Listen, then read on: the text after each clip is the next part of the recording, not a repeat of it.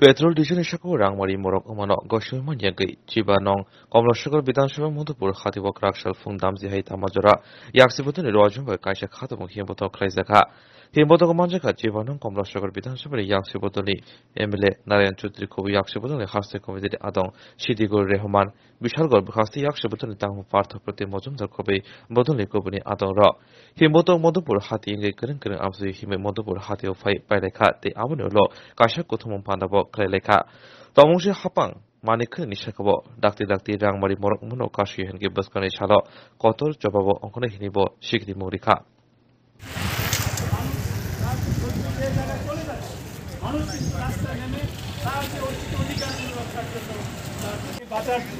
বেঁচে থাকতে পারবে এরকম কোনো বিষয় আমরা দেখতে পাই। আজকে মানুষ যে 2014 বা তার আগে যেই জিনিসের দাম ছিল 8 বছরে কত 100% বেড়েছে, 100% উপরেও বেড়েছে কোনো কোনো জিনিস। তাই আজকে আমরা এই দ্রব্যমূল্য যাতে কেন্দ্রীয় সরকার রাজ্য সরকার তার আওতাধীন যে সমস্ত বিষয়গুলো আছে এগুলা কমানোর জন্য কোনো উদ্যোগ গ্রহণ করে।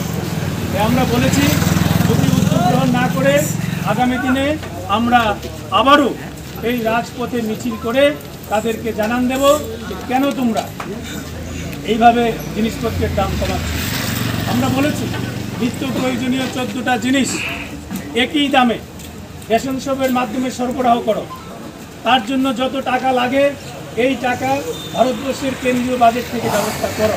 কিন্তু আমরা দেখলাম যে কেন্দ্রীয় সরকার আজকে কর্পোরেটদের বিভিন্নভাবে সুযোগ সুবিধা দিয়ে লক্ষ লক্ষ কোটি টাকা সেখানে সাবসিডি দিচ্ছে, কিন্তু সাধারণ মানুষের জন্য তারা 1 পয়সাও সাবসিডি সেখানে দিচ্ছে না।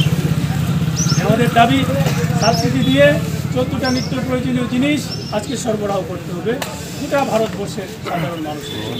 মধুপুরে আপনারা দেখেছেন আমাদের একটা মূলত আমরা মিছিল সংগঠিত করেছি, পরে কত সবাই খালি গলায় আমরা আলোচনা করেছি।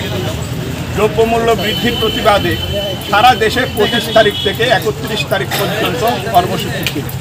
আমাদের এই মধুপুরে বিভিন্ন সময়ে আমরা অনুমতি কেউ পাইনি। গত 4 তারিখ করার কথা সিদ্ধান্ত নিয়েছিলাম, এটা আজকের দিনে 7 তারিখ পুলিশ আমাদেরকে অনুমতি দিয়েছে। সেই হিসাবে এখানটা আমরা এই কর্মসূচি পালন করলাম। আমাদের এই যে দাবি জিনিসের দাম বাড়লো কেন, এটা কমাও, তার সঙ্গে আরও কিছু মুদ্রাগত আমাদের দাবি রয়েছে। আমরা বলেছি আজকের দিনে বাজার অর্থনীতিকে চাঙ্গা করা, গরিব মানুষের হাতে কাজ দেওয়া, এগুলি না করতে পারলে এই যে জিনিসের দাম বাড়ছে তাতে দেশব্যাপী হাহাকার তৈরি হবে, দুর্দশা তৈরি হবে। তার জন্য আমরা বলেছি যতগুলি গরিব পরিবার আছে এই গরিব পরিবারে মাসে 7,500 টাকা করে ব্যাংকের মাধ্যমে তুমি প্রদান করো দেশের সরকার।